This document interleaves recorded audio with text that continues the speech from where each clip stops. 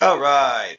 And this one is one of the most infamous episodes because this is the episode that properly introduced the Borg for the first time. I mean, it's not actually the first Borg episode, but it's the first episode where you really get to see the Borg and really get to be like, oh crap, this is a threat that is we're the underdogs fighting this alien threat. As you can see, of course, there's the thing of the Enterprise is tiny compared to this massive Borg cube. Makes you feel like, oh, that is an incredibly powerful vessel. Then you realize that actually, yes, actually, it really is that powerful. Oh, you fired on it of a spread of photon torpedoes that would have blown the Enterprise to complete shrapnel, and the Borg ship is badly damaged, but still functional. Yeah, that's a problem. Of course, Q throws the Enterprise into this because of the whole idea that Picard is uppity and needs to be taken down a peg, and shown that no, actually, the Federation is not the most powerful race in the universe, and that in reality, the Federation is a relatively primitive race by the standards of those who are actually the most powerful races in the universe. So he forces Picard to fight the Borg. Now, if you stop and think about this one, Picard has actually seen Borg activity. Q's forcing Picard to fight the Borg is actually kind of, sort of, in a weird way, helping Picard because of the fact that the Borg already know where the Federation is and have already started attacking Federation colonies at this point. They just haven't come in force. Anyways, though.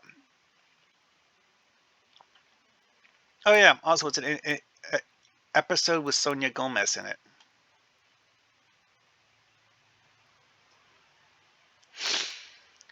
So, Q flings the Enterprise to somewhere. And it's a place that has heavy Borg presence because this is a region of space that has already been conquered by the Borg. Also, it's notable in this one that Guinan actually mentions, like, oh, it's the Borg. Yeah, you should stay away from the Borg. The Borg are bad. I'm like, wait a second.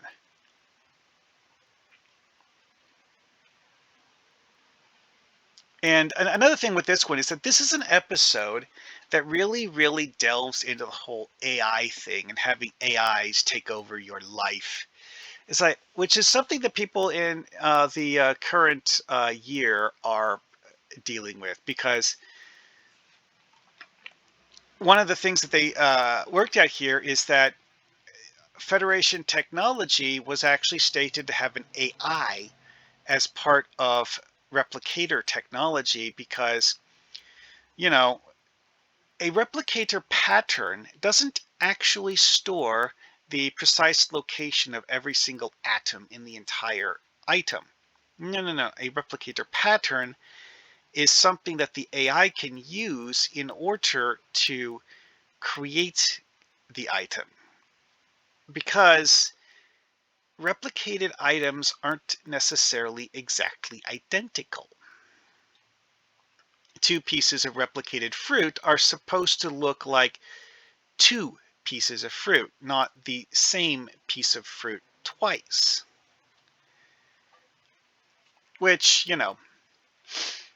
and one of the things that this particular episode had as a plot point and later got contradicted was the idea that the Borg were actually controlled by an artificial intelligence. And that the whole part of the point behind the Borg uh, cybernetics was that these cybernetics were actually controlling them. Which, when you look at later iterations of the Borg, not having the Borg intelligence controlling them is a big deal. but it somewhat makes less sense when you think of the Borg as an actual collective consciousness, because why is the collective consciousness acting like that? Wouldn't the collective consciousness want to be a, proper civilization and not a faceless army of mooks? And that is something that they never actually resolved. It's an aspect of the Borg identity that has a root in the Borg being not a collective, but rather a AI controlled race rather than a proper civilization in their own right. Anyway, though, that is actually one of those things that gets interesting, because they also show the Borg have some very interesting weaponry, like an attack that will cause your shields to fail. It's the entire point of the attack, is just to make your shields fail so that they can beam onto your ship and start sabotaging your ship and assimilating your ship's crew, and thus disable your ship without actually using proper weapons fire.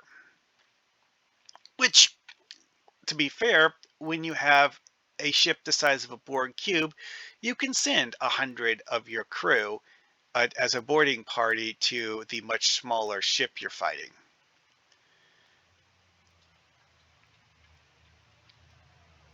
And also, there's the whole like cutting beam, cutting a piece out of the Enterprise so that they can um, more closely examine Federation technology and understand how better to cripple the Federation. It's just like, this is something you don't see the Borg do in later episodes.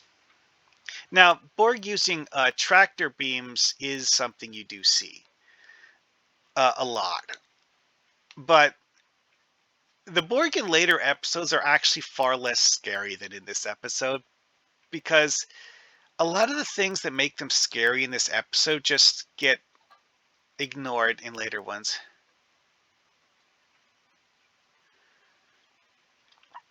And the crew of the Enterprise actually fails to defeat the Borg. And of course, there's the whole emphasis of the fact that, oh yeah, by the way, the Borg are out there. Well, see, this, in terms of narrative value, was used in the TV show as a setup for a plot that would be recurring in TNG. And thus, while it is a heavily combat focused episode, it's not a straightforward slugfest, because the Borg aren't there to blow up the Enterprise. They're there to study the Enterprise and figure out how to assimilate the human race more quickly and efficiently. So, they're not actually going to just blow them up. Which results in some interesting scenes, like this guy beaming onto the Enterprise, wandering around, looking like a human with prosthetics, because this is theoretically an individual who got assimilated by the Borg prior to Borg contact with the Federation. So this guy is not, in fact, human. It is, of course, noteworthy that you can't actually see most of his face due to the size of the cybernetics, so maybe he does have pointy ears, or like forehead ridges that are hidden by the skull cap thingy. We can't really tell. Which was actually kind of a genius thing on the prop designers' part, because they put the Borg cybernetic attachments in the same places they would have put the rubber foreheads and pointy ears on aliens. And of course, then we have this infamous view of the inside of the ship, where again, they kind of sort of look like random humanoids. Although if you look really closely, this guy's head isn't quite the same shape as a human head. So they're vaguely not human, but very close to human, and it's not really certain what race they are. One thing that's noteworthy here, though, is that having them be identifiable as members of races that the Federation has made contact with previously would actually be theoretically a timeline violation due to the fact that the Borg haven't been invading the area of space that the Federation is in for long. It's actually been less than a year since the first in-universe known contact between the Borg and the Federation. Thus, there's actually only a tiny handful of individuals that have been assimilated by the Borg from the Beta Quadrant races at this time. And if my memory serves correctly, that's mostly just a handful of Romulans and a few humans. And maybe some other Federation races. It's not actually clear who was living in the Federation colonies, so it might not have just been humans. At any rate, though, this episode was a plot setup as the start of a new story arc. And as a setup, it worked quite well. Because, like you have the team doing stuff, trying to find a way to, well, get away from the Borg. They don't actually have the ability to fight the Borg. The Borg really don't give a crap about them. Like, oh, the humans want to look at our ship. That's nice. We will make detailed scans of them while they walk around inside our ship.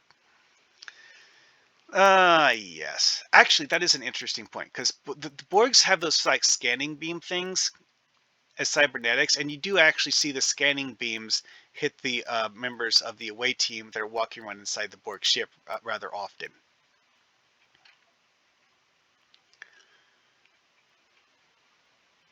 Yeah, it appears we have neutralized their vessel with this giant explosion. No, it really wasn't.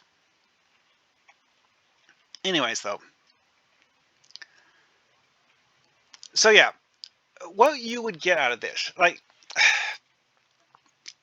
playing in a TTRPG, unless you're going to relive incidents from the past. Like I said in a different video, when you're writing tabletop adventures in the Star Trek setting, you can phrase the tabletop adventure as being a holodeck recreation of something that was a historical event in the Star Trek setting. It doesn't need to be a real, current, ongoing event. So you could actually throw a Federation crew who are not the crew of the NCC 1701D into the position of the crew of the NCC 1701D. Hey, you could even give them a different ship with different hardware than the Enterprise had. That would actually work as a tabletop game. Because, like, what would have happened if a ship similar to Voyager, but with a crew created by the players, was put in this position in the Q Who episode? Would they have been able to reach a endpoint the way that Picard did? Or would they have been assimilated? Or you're even killed, honestly, because that is actually theoretically possible. Because if the Borg decide you're unworthy of assimilation, they'll convert you into biomass. Because yes, I mean, Borg as cybernetic life forms do actually need food of some sort. It's just, their idea of eating is a little bit different than that of humans.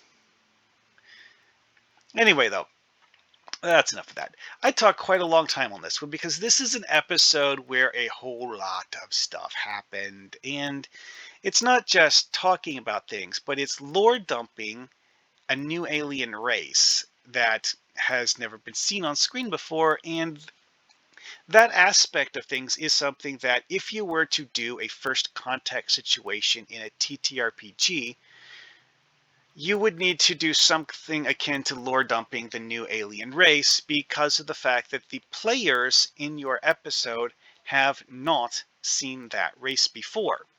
If it's a truly new race that you created, you need to tell the players about them. And that aspect of this episode is something that you would have reason to emulate, because you don't want to just recite an encyclopedia entry from an in-universe perspective. No, no, no. You want to show them the race, talk about what the race can do, and so on and so forth, and don't just, throw a book at them. At any rate, though, I could go on. I think I've hit all the main points on this one, though, because again, there is so many things in this episode, and that's one of the reasons why it's one of the most heavily remembered episodes, is because of just how much stuff. I wouldn't play this straight though, because like doing a recreation of this with you playing the roles of the crew of the Enterprise D, nah, that would be boring. So, doing a holographic simulation with a different crew and a different ship, that'd be fun. And so on and so forth. At any rate, time to go